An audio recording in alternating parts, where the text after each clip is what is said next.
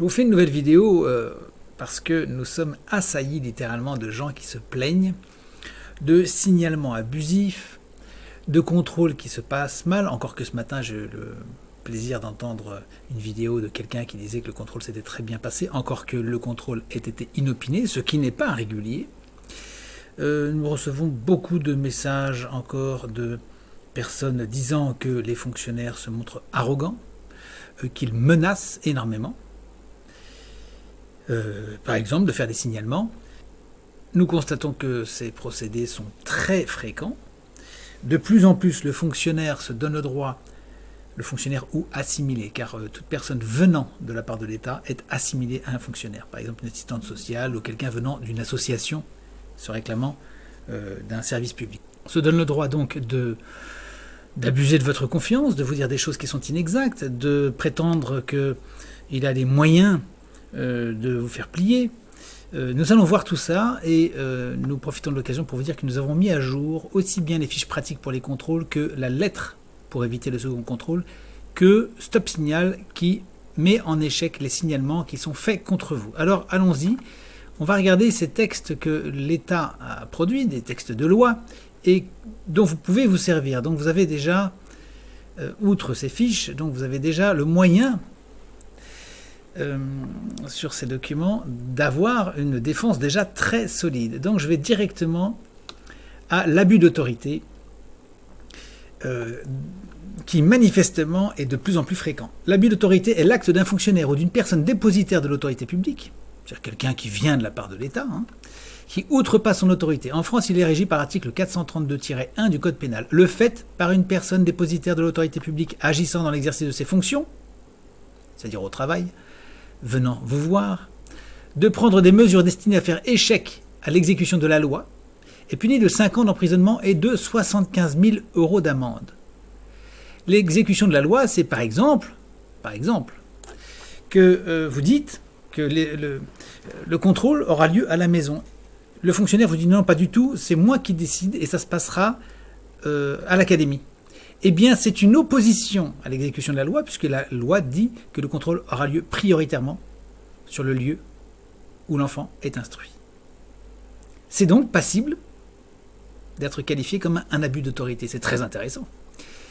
Plus largement, l'abus d'autorité, dans un sens proche de l'abus de pouvoir, est une contrainte morale exercée sur quelqu'un par une personne qui se sert de son autorité, du fait ou de droit pour l'obliger à accomplir un acte contraire à ses intérêts.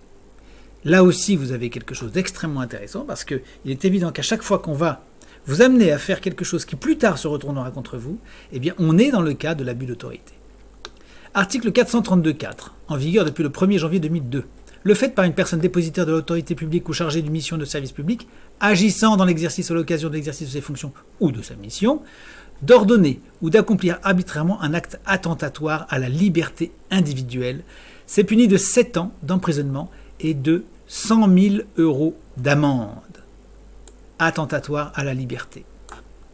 Vous voyez ? Donc le fait de vous dire, vous devez venir à l'académie par exemple, c'est un acte attentatoire à votre liberté. Le fait de vous dire, madame, monsieur, le contrôle va durer pendant 1 heure. Et vous vous dites, non, je préfère que ça dure 20 minutes car je dois travailler, j'ai une journée assez chargée. Le fonctionnaire va répondre, non, madame, monsieur, ça durera 1 heure. C'est un acte attentatoire à votre liberté puisqu'il vous entrave. Et en plus, c'est un acte attentatoire à votre liberté de travail, liberté économique qui est protégée par la loi. Alors là, c'est très très grave. Lorsque l'acte attentatoire consiste en une détention et une rétention de plus de 7 jours, je ne pense pas que ça vous arrive, la peine est portée à 30 ans de réclusion criminelle et à 450 000 € d'amende. Alors vous voyez que la loi a quand même prévu que le fonctionnaire lui-même peut subir les contre-coups de ses actes. Ne croyez pas qu'il soit impuni. Donc tout ça, c'est quand même à considérer de près.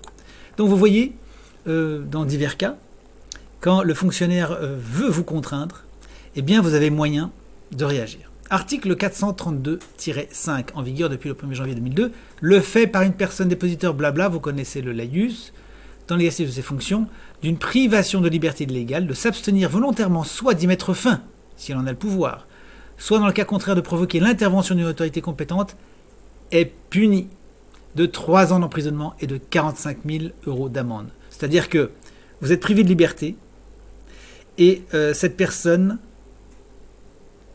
Par exemple, une personne qui serait avec l'inspecteur ne vous libère pas. C'est-à-dire n'intervient pas en disant à l'inspecteur, écoutez, si cette dame veut que le contrôle ne dure que 20 minutes, c'est dans son droit. Vous n'avez pas le droit de lui imposer 1 heure.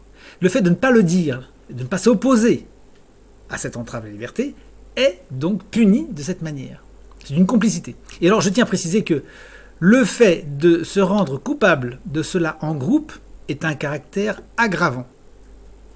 Donc, les peines sont encore plus lourdes. Le fait par une personne visée à l'alinéa précédent ayant eu connaissance, dans l'exercice de l'occasion de l'exercice de ses fonctions, blabla, d'une privation de liberté dont l'illégalité est alléguée, c'est-à-dire on vous prive de votre liberté, on vous retient manu militari lors d'un contrôle par exemple, de s'abstenir volontairement, soit de procéder aux vérifications nécessaires si on a le pouvoir, donc elle doit vérifier, le fait de ne pas vérifier, soit dans le cas contraire de transmettre la réclamation à une autorité compétente. Donc ne pas transmettre la réclamation à une autorité compétente, c'est puni également d'1 an d'emprisonnement et de 15 000 € d'amende lorsque la privation de liberté reconnue illégale s'est poursuivie.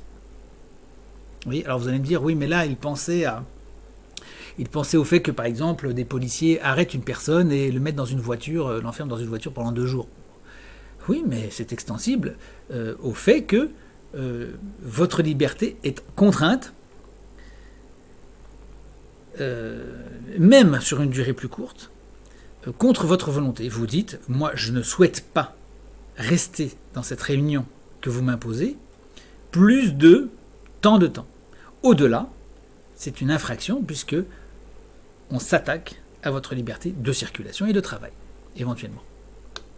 L'abus de droit est un abus commis par le titulaire d'un droit. Donc le droit de l'inspecteur, le droit à vous visiter, bon, il dispose d'un droit.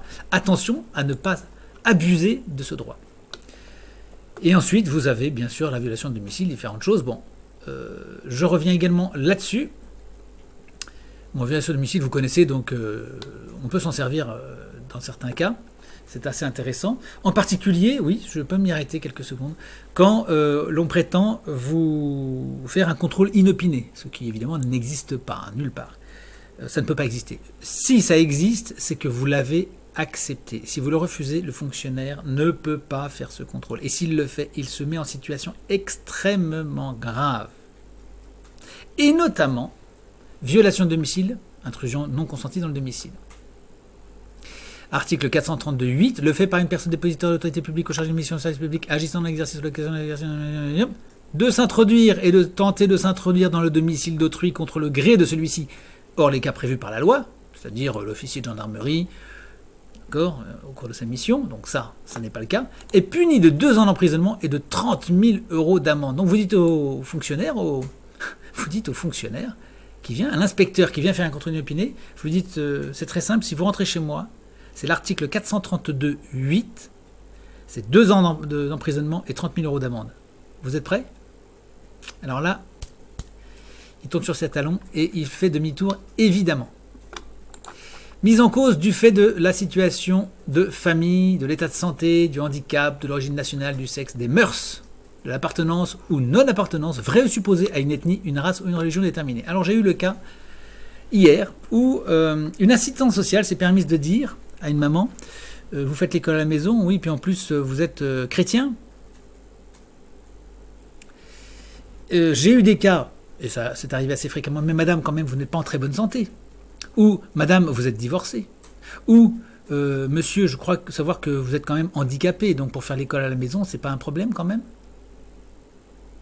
Eh bien ça, c'est qualifié par l'article, l'ex-article 187-1, qui est devenu article 225-1, sera puni d'un emprisonnement de 2 mois à 2 ans et d'une amende de 3 000 francs à 40 000 francs, donc la loi a été modifiée pour être retranscrite en euros, ou de l'une de ces 2 peines seulement, toute dépositaire de l'autorité publique ou citoyen chargé d'un ministère de service public qui, à raison de l'origine d'une personne, de son sexe, de ses mœurs, de sa situation de famille, de son état de santé, de son handicap, de son appartenance ou de sa non-appartenance à une ethnie, une nation, une race ou une région déterminée, lui aura refusé sciemment le bénéfice d'un droit auquel elle pouvait prétendre. Vous avez le droit à l'école à la maison. Le fait de dire quoi que ce soit de cet ordre, pour vous refuser ce droit, eh bien, c'est l'ancien article 187-1 qui est aujourd'hui l'article 225 relatif à la discrimination. discrimination. Ici, toute distinction opérée entre les personnes physiques à raison de leur origine, leur sexe, leur situation de famille, on retrouve la même chose. Hein. De leur grossesse même, on a ajouté. De leur apparence physique, on a ajouté également. De leur patronyme, ça a été ajouté. Du patronyme, c'est quand on se moque de votre nom. Vous appelez monsieur Ducono.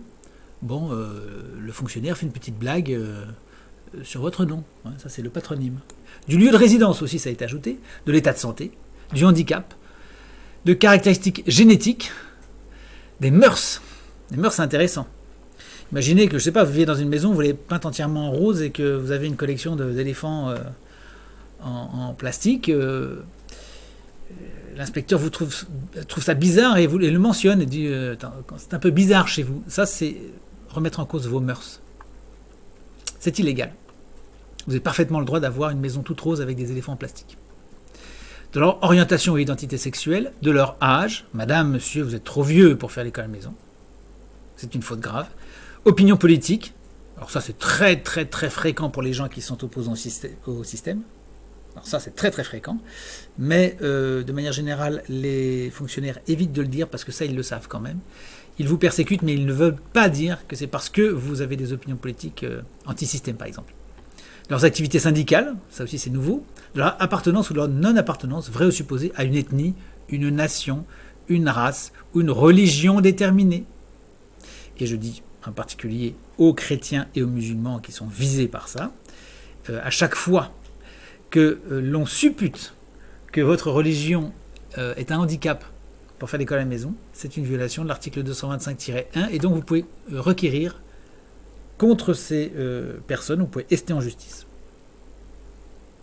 Voilà, et puis, vous le savez, dans les fiches, nous avons aussi rappelé le devoir de neutralité, qui est une obligation du fonctionnaire. Donc il n'est pas question qu'un fonctionnaire soit arrogant, désagréable, méprisant, ni qu'il se vexe d'ailleurs. Vous lui dites, monsieur, je vais vous rappeler la loi dit ceci, cela, et là il se vexe. Eh bien c'est une faute, car il sort de son devoir de neutralité. Il n'a pas à se vexer, il doit être absolument froid et neutre. Absolument neutre. Il a le droit d'être chaleureux et amical, mais il n'a pas le droit d'être désagréable et vexé. Il n'a pas le droit d'être vexé, tout simplement. Donc s'il se met, à partir du moment où vous lui rappelez la loi, il est désagréable durant le rendez-vous, il a changé d'attitude, vous lui direz, madame, vous avez violé, ou monsieur, vous avez violé le devoir de neutralité à partir du moment où je vous ai rappelé la loi. Vous avez commis une faute. Et bien sûr, si il sort de sa réserve, eh bien, il commet une faute vis-à-vis de l'obligation de réserve. Voilà. Nous indiquons que vous avez, bien sûr, des recours pour les excès de pouvoir d'un fonctionnaire. Alors, on peut voir maintenant un certain nombre d'exemples comme ça que nous recevons. Donc, vous avez ici quelqu'un qui dit « L'Académie n'a pas tenu compte de tout ce que je leur ai écrit par mail et depuis le mail que je leur ai envoyé le 14 janvier 2020, je n'ai plus eu de réponse jusqu'à aujourd'hui. Courrier recommandé avec accusé de réception. Entre parenthèses, vous ne signez jamais de votre signature un recours AR. Je vous ai joint le courrier en pièce jointe et ils sont gonflés de marquer qu'en raison de mon absence, le contrôle n'a pu avoir lieu et encore et toujours cette histoire de refus. Alors bien sûr, ça va se tasser, ça va s'arranger très bien, puisque la personne va se défendre. Mais vous voyez, l'administration tente, le fonctionnaire tente le coup, tente le passage en force. Se dit, si cette personne ne connaît pas bien la loi, je pourrais en profiter. Vous voyez ? Alors ça, on est tout à fait dans le cadre de ces lois qui sont prévues par le code pénal. De même, quand ils écrivent, ils mettent en demeure d'inscrire l'enfant dans un établissement scolaire. Je connais le dossier, c'est un cas caractérisé d'abus d'autorité. Un autre exemple, j'ai reçu un coup de téléphone d'un organisme, je n'ai pas bien compris le nom, peut-être DSDEN, c'est en fait l'Académie, qui me commande de les appeler, sinon disent-ils, ils envoient un signalement au procureur.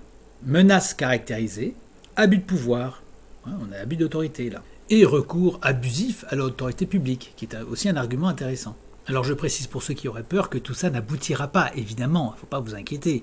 Le fonctionnaire ne tient pas compte de ce que vous avez écrit ou menace de faire telle chose, ça n'aura pas lieu. C'est du blabla, je l'ai déjà souvent dit. Ça n'a pas lieu, ça ne peut pas aboutir. Si ça a lieu, ça ne peut pas aboutir. En tout cas, il y a des moyens de se défendre. Ce n'est pas parce que le fonctionnaire fait semblant d'ignorer vos courriers que les choses vont s'aggraver pour vous. Vous avez envoyé un courrier et il ne peut pas l'ignorer. Si ça va jusqu'au bout, ce courrier réapparaîtra devant le juge et à ce moment-là, cela vous donnera raison. Donc ne vous laissez pas impressionner par ces gens qui soit surenchérissent dans la menace, soit ignorent ce que vous dites. Ça n'a pas d'importance. Ils jouent leur jeu, là, ils jouent leur petit combat de comédiens, hein, ils jouent les seigneurs, si vous voulez, et bien vous maintenez votre ligne de défense selon la loi, et c'est un coup de bluff de leur part, et ils n'iront pas loin, ils vont perdre la partie de poker, si vous voulez. Ils bluffent avec des petites cartes, ils vont perdre. Ici, quelqu'un m'écrit: nous voulons vous tenir au courant de la suite de notre convocation devant un délégué de procureur qui a eu lieu lundi dernier. Nous étions convoqués pour notre comportement concernant deuxième contrôle, malgré nos courriers de désaccord à l'inspection académique, courriers parfaitement valides, hein, qui ont été repris sur le site. En juin 2019, nous avions utilisé votre modèle, voilà, comment bloquer le deuxième contrôle. Le deuxième contrôle pour nos filles aînées était maintenu par l'inspection académique malgré notre courrier. Voilà, ça c'est caractérisé. Ils ne tiennent pas compte de la communication du citoyen, ils passent outre. Nous avions décidé ce jour-là d'être absents de chez nous, c'était mon idée. Mon mari a voulu confronter les inspecteurs en leur disant gentiment que le contrôle était annulé. Le deuxième contrôle pour notre fils aurait eu lieu dans les locaux de l'inspection académique, mais ce jour-là, nous n'étions pas déplacés. Nous ne sommes pas déplacés. Nous n'avons pas reçu la convocation devant le tribunal pour notre fils. Par la suite, le délégué nous avons informé qu'on aura dû le recevoir. Au lieu d'une amende de 750 €, le délégué aimerait simplement que nous soyons contrôlés. Nous n'avons toujours pas reçu une convocation. Ça, c'est du bobard, puisqu'il ne peut pas y avoir d'amende de 750 €. En aucun cas, puisqu'il faudrait pour cela. Ça, c'est très grave, puisque l'amende ne s'applique que dans le cas où vous refusez d'instruire votre enfant. Or, en aucun cas, ses parents ont refusé d'instruire l'enfant. Ils ont refusé un contrôle pour un motif légitime. Donc, ils sont totalement indemnes de toute espèce de poursuite ou de problème. Alors là, il faudrait poursuivre ce monsieur pour abus d'autorité. C'est une tromperie, il a trompé ces gens. Vous voyez, des cas comme ça, on en a tout plein. Alors voilà notre cas, c'est une lettre qu'a reçue l'un de nos abonnés. L'absence à la convocation au contrôle doit être justifiée par écrit, accompagnée des pièces justificatives le cas échéant. C'est faux, ça n'est marqué nulle part. L'absence à une convocation doit être légitime, pas justifiée. Vous n'êtes pas à justifier par écrit une absence. Vous leur dites, moi j'étais pas là parce que j'étais à la pêche au gros. Bon, c'est une absence illégitime, c'est tout, ça suffit, il n'y a pas de problème. Et vous pouvez parfaitement le faire, on n'a rien à vous dire. Il faudrait qu'il y ait 2 motifs de ce genre. Je suis allé à la chasse aux champignons. Bon, effectivement, là, la deuxième fois. Mais si la deuxième fois vous dites, mais j'étais malade, donc c'est légitime, je ne peux pas venir à ce contrôle, on n'a toujours rien à vous dire. Il faut 2 refus illégitimes. Donc là, c'est un abus caractérisé. On n'a pas envoyé de justification par écrit. Je vous rappelle qu'une absence non justifiée par écrit constitue une infraction. C'est faux. Mensonge éhonté. Et ça, c'est poursuivable devant les tribunaux. Le fonctionnaire ment aux citoyens. Et en l'absence de réponse sous 15 jours, soit avant le 10 février 2021, je procède à un signalement immédiat au procureur de la République. Menace caractérisée. Vous voyez, on en a tout plein. Et ça, c'est typique. On a plein de choses de ce genre. Bon, vous voyez, on a aussi des gens qui nous disent « Nous n'avons plus aucune nouvelle du département et de leur procédure pour signalement pour information préoccupante. » Ben oui, depuis qu'on a fait envoyer au service la lettre qui convient, à savoir stop signal, eh bien évidemment, ils se sont calmés. Vous voyez, quelqu'un qui me dit ici « J'ai bien peur qu'avant de plier, ils nous en fassent baver et personnellement, je ne me sens pas assez solide. J'ai d'autres soucis de mon côté. Nous irions mieux si nous n'avions pas tout le temps à nous battre envers l'administration. » Donc vous voyez... c'est pour ça que je fais ce genre de vidéo, c'est pour donner des éléments, pour ne pas avoir à vous battre et pour les mettre à plat de couture dès le départ, en leur mettant sous le nez des lois qui les menacent directement. Ces lois, le code pénal, les met directement face à leurs responsabilités, ils prennent des gros risques. Et si vous avez les éléments, vous pouvez les poursuivre. Si vous les poursuivez, ils sont très très embêtés. Et s'ils savent que vous allez les poursuivre, ils se calment immédiatement. C'est pour ça qu'il est bon que vous le sachiez. Ce n'est pas dans notre... idée d'être belliqueux d'emblée, mais de tout de suite fixer les règles du jeu de façon à ce que vous soyez tranquille. Et beaucoup de personnes évidemment nous disent leur lassitude et nous disent qu'elles ne veulent pas se battre, donc elles se laissent faire. Mais nous disons qu'il faut tenir juste encore un petit peu, parce que en montrant que vous avez des velléités de vous défendre, ils laissent tomber. Il ne faut pas redouter de montrer que vous connaissez les choses. Vous le faites, et vous allez voir que le nuage va se dissiper. En fait, tout ça, comme je le dis souvent, c'est de la parlotte, c'est du blabla qu'ils vous balancent. C'est des menaces, ce sont des mots, mais en fait, ça n'aboutira pas. C'est très difficile pour eux de pouvoir obtenir ce qu'ils vous racontent quand ils vous disent que vous allez avoir 750 € ou que vous allez être signé devant le procureur soi-disant que vous risqueriez une condamnation. C'est faux, c'est de la parlotte, c'est des menaces vaines. Donc surtout, ne vous laissez pas impressionner. Maintenez votre position et vous allez voir qu'ils vont laisser tomber, ils vont vous oublier.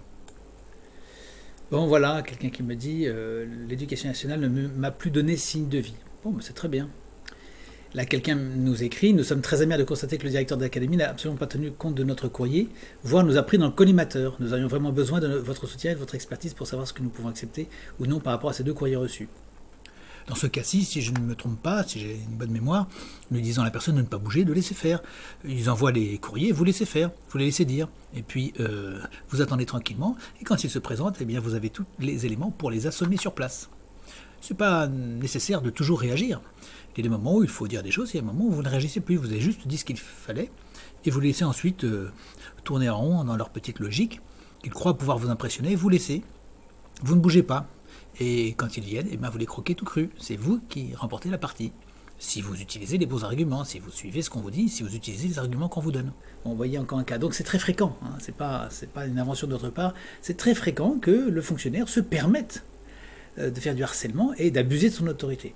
Donc il peut avoir des motifs à le faire, mais je connais ces dossiers, ça n'est pas le cas. Je n'ai pas encore vu de personne me montre un dossier où le fonctionnaire a de justes raisons d'agir comme il le fait. Il y a donc bel et bien un dérapage, et pour éviter ce dérapage, il y a une glissade en fait vers la dictature, que vous avez tous bien senti tout de même, pour éviter que ça aille trop loin, que ça se développe, si vous voulez, avant que les métastases du cancer se développent, vous les stoppez dès le départ en leur disant, c'est pour ça que j'encourage à envoyer des courriers que certaines personnes trouvent peut-être un petit peu agressifs, hein, ça leur fait un peu peur, ils ont peur de le provoquer, puis certains me disent, moi je suis bienveillant, j'ai pas envie d'envoyer des courriers de ce genre. Ils ne se rendent pas compte que exprimer la loi n'est pas une agression. Exprimer la loi, c'est un droit fondamental et c'est un rappel nécessaire pour un fonctionnaire qui l'ignore souvent, très très souvent. Donc vous mettez à plat tout de suite les choses en disant, voilà, moi je connais la loi, je vous préviens, je ne laisserai pas faire débordement, donc tout se passera très très bien entre nous. C'est exactement comme un juge, si vous voulez, sur un ring, qui est deux boxeurs, attention, vous connaissez les règles, il n'y aura pas de coup bas. C'est tout, c'est pas une agression, c'est simplement pour prévenir que s'il y a un coup bas, c'est exclusion, le match est perdu. Et bien c'est exactement ce que vous faites, vous vous interposez face au fonctionnaire pour lui dire, eh bien, il y a une loi et vous êtes assujetti à la respecter. Si vous ne le faites pas, je vous précise ce qui se passe. C'est code pénal, article 432 et suivant, et c'est tant d'euros d'amende et c'est tant de peine de prison. Et là, vous comprenez, c'est pas du tout pareil. Il change de tout. Il ne peut pas se permettre de continuer dans cette voie-là. Donc ça permet de ramener au contraire à de très très bonnes relations, beaucoup plus saines, et ça rétablit l'harmonie. Vous savez, la paix, c'est souvent le fait. On disait autrefois, si vis pacem parabellum, la paix c'est souvent le fait d'une des parties qui rétablit sa position de force et dit, bon, maintenant on arrête de jouer parce que sinon, je vous préviens, ça va très mal tourner. À ce moment-là, l'autre est obligé de dire, bon, entendu, ok, je vois que j'ai affaire à des gens assez sérieux, assez costauds, donc je ne vais pas m'amuser à jouer le fanfaron, je ne vais pas faire le fonctionnaire un peu trop zélé qui méprise les lois et qui se prend pour le seigneur local. Non, je vais faire attention à moi. Voilà, cette petite vidéo me semblait nécessaire parce que, encore une fois, il y a beaucoup d'abus et il me semble qu'il est bon d'avoir en tête ces textes. Il n'y en a pas beaucoup, franchement, apprenez-les, sachez-les. Article temps. Il faut le savoir, ça. Article 432, vous n'avez qu'à penser à article 432 et suivant du Code pénal. 432, je ne sais pas si vous pouvez vous rappeler, mais c'est très simple. Article 432 du Code pénal et suivant prévoit ce que vous êtes en train de faire. Voilà, ça c'est un bon moyen de vous défendre parce que nous avons beaucoup de cas et cette vidéo va répondre à plein de gens à la fois qui nous écrivent. Voilà pour ces éléments. N'hésitez pas à vous défendre. Je l'ai dit, revoyez s'il le faut la vidéo Résister. Petite vidéo qui est pas mal. Revoyez également la vidéo Comment éviter un contrôle durant 7 ans. Où j'explique que vous pouvez parfaitement refuser des contrôles aussi longtemps que vous le voulez dans la mesure où vous opposez un refus légitime. Puisque la loi prévoit qu'il n'y a un problème qu'à partir du moment où vous aurez refusé 2 fois de suite, de manière illégitime. Ce qui veut dire que 3 fois de manière légitime, vous pouvez parfaitement. Il y a des tas de gens qui reçoivent des courriers en disant « Vous avez refusé un contrôle, je vous signale au procureur ». Alors là, il n'y a pas de problème, parce qu'au procureur, il suffit de dire très simplement, et de montrer ou d'envoyer le courrier avec ce texte de loi. Il faut 2 fois consécutives, c'est-à-dire qui se suivent, et qui soient illégitimes. Donc une fois légitime, une fois illégitime, une fois légitime, une fois légitime, vous pouvez le faire ad vitam aeternam. Voilà. Mais ça, les fonctionnaires de l'Académie et de l'éducation nationale en général, ils l'ignorent, ils ne regardent pas les textes. Donc ils vous envoient des courriers de ce genre. N'hésitez pas à vous munir de ces textes et à vous défendre. Voilà.